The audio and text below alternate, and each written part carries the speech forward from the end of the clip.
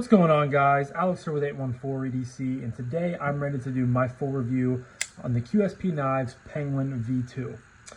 Now, not going to be a super long video, going to be kind of short and sweet because pretty sure we all know and all love the QSP Penguin. This thing has been, a staple in the EDC realm as, arguably one of the best budget, knives ever. It rose to fame. I mean, it's probably been 5-6 years of the Penguin being very, very popular. Easily, I would say QSP's best model. And recently, within the past couple months, they they updated the model. Now it is a V2, which pretty much the only thing that is different is now they include bearings. So this went from a washer knife to a bearing knife. Now you can still swap back and forth, and you can actually get, so they come pre-installed with bearings, but you can still get the washer specific for the Penguin V2 right on the website. They're $4. So if you guys are interested, you can definitely go check those out. I will also leave a link in the description down below to QSP's website where you can view specifically the 7 models of the Penguin V2. This knife came in via the Apex Pass-Around group, and it was really cool because David over at Blade Banner I believe, works for QSP, and he said that it was really cool because we were able to get these knives in to review for you guys, but then we were able to keep them at the end. So huge shout out to David over at Blade Banner for conducting that for us, and also a huge shout out to QSP as well for being very generous and allowing, I think there was like 10 of us that snagged one of these. So it was very, very cool, very nice of them. As you guys can see here, I went with the red linen micarta. Don't have a ton of red knives in my collection, and I just thought the red looked really good with the two-tone blade finish. So you have the satin on the flats, and then the stone wash up here on the bevels. But pretty much, it's the Penguin you guys know and love. You get the loop over style, deep carry pocket clip that is reversible, which is awesome. You get that beautiful round 3-inch Warncliffe style blade. I'll give you guys full specs in a minute. Liner lock with plenty of lock bar access and jimping going on.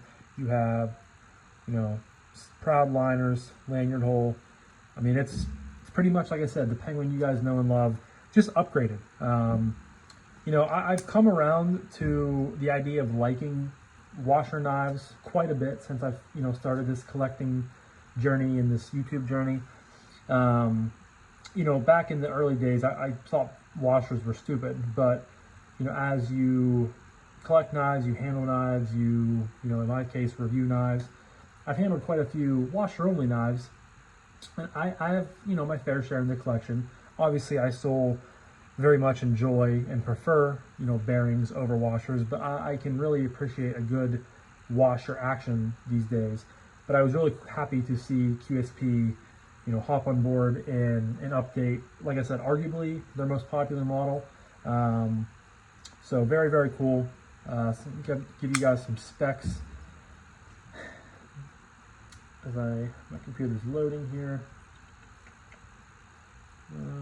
Where are we at? So we have an overall length from tip to butt of 7.06 inches, closed or handle length of 4 inches on the nose, and that brings us to a blade length, of 3.06 inches of D2 steel. Still using D2. I would have loved in the remake or the revision of the V2 with the bearings, I would have loved to seen them upgrade the D2 steel to 14C. D2 is not the end of the world. I used to be a D2 lover. Like anything I get my hands on with D2, I thought it was like amazing. Obviously now in today's day and age, we can get 14C, we can get Nitro V, we can get some other really good budget steel. So I would have loved to seen them utilize 14C in this because they do utilize it a lot in some of their other budget stuff. But regardless, D2 is not bad. It's a good working steel, and I really, at the end of the day, it's not a bad steel, and I have no issues with it. It comes in with an HRC of 58 to 60. And they're calling it a sheep's foot style blade. I would consider this a Warncliffe. Nice tip there, of course. Now, like I said, there were 7 models, so you can get a dark brown. They are all this two-tone blade with satin and stonewash. You can get a dark brown micarta, you can get a blue denim micarta, a green micarta, a red micarta, a red shredded carbon fiber, and a blue shredded carbon fiber, and a jade G10. So a little bit of everything for everybody. You got some quick size comparisons. So here we have my Para 3 from Spyderco, and then we have my Neutron 2 from TRM. Very much in the same size range as these two, right in that medium size range, which is really, really nice. The action is really good with those bearings. Thumb stud deployment is nice, crisp. I mean, I don't think I've handled a QSP that has not had a snappy detent, so you know what you're getting with that. Reverse flick, just flies out of there. Very, very nice. No blade play at all too, so it's locked up really nice and tight. And then of course you can slow roll it out, nice and easy. Then you have that liner lock with plenty of access, with a little bit of jimping to catch your thumb on. Drops to your thumb, bang. Drops to your thumb, some micro shakes. Very, very smooth. They are ceramic bearings, so they're quality. Yeah, the action is just what you would expect it, you know, in a lot of other QSPs with bearings. Very, very similar to, you know, how they feel and have handled before in the past. It did take a little bit of time to get a little bit loose. I did throw some KPL in there. Have not taken the knife apart, but I just dabbed a little bit of KPL down in there and kind of worked it around. Looks like it's a little bit dirty, so I could take it apart. But I mean, the centering is dead on. Again, no blade play, and you're getting buttery smooth action. So I feel like I'm just going to leave it alone until it needs to be. Now for ergos, I'm pretty sure all of you guys have probably handled a Penguin before, but the ergos are great. I mean, straight line, pretty much a straight line. I don't know how you guys can feel this knife being uncomfortable. The pot clip, you know, I can maybe see being a little bit of a hot spot back here where it curves, but down here, you don't have much of a lip. And it conforms right into my, you know, hand pretty well. You do have a little bit of a landing choil up here. You can choke up if you need to, but you know, just be careful because the edge of the blade is right there. I think this knife is fantastic in a pinch grip. Thumb right here, middle finger right here, pointer finger all the way out here for ripping through packages, letters, whatever it may be. You just get a beautiful blade shape, nice tip there for piercing, and you get really good control over, you know, the blade and the slicing maneuverability you can do with it. So obviously, ergos are great.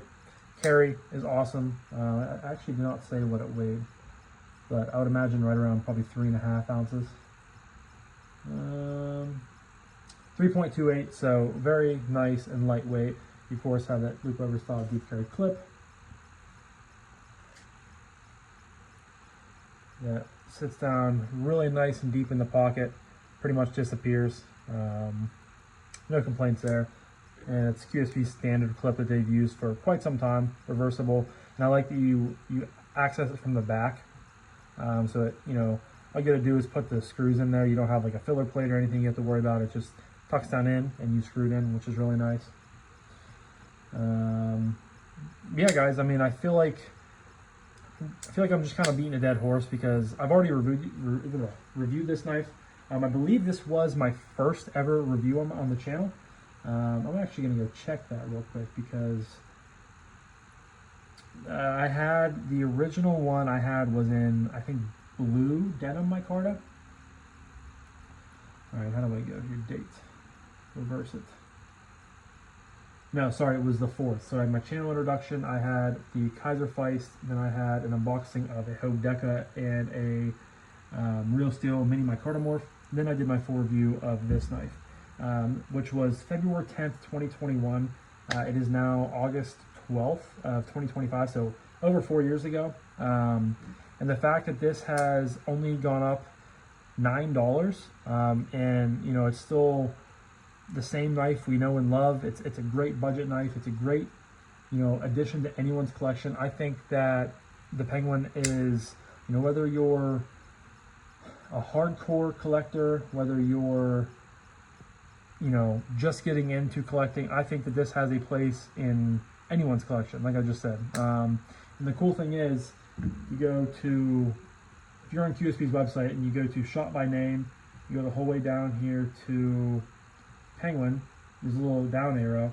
So you have now the Penguin button lock, you have the Penguin Glide with the glide lock, the Penguin Mini, the Penguin Plus, the Penguin Slip Joint, the Penguin Standard, and the Penguin V2. So that is 7 models that they have come out of with just the base model, which just goes to show the popularity and everything else that has, you know, kept this knife in the running for, you know, one of the best budget beaters of all time. It really is, stands the test of time. I went a little while without having one in. The last one I think I handled was, I want to say it was traditional pocket knives. They had like the jig titanium versions. I bought one of those, but ended up selling it or trading it or something like that, you know, not too long after that.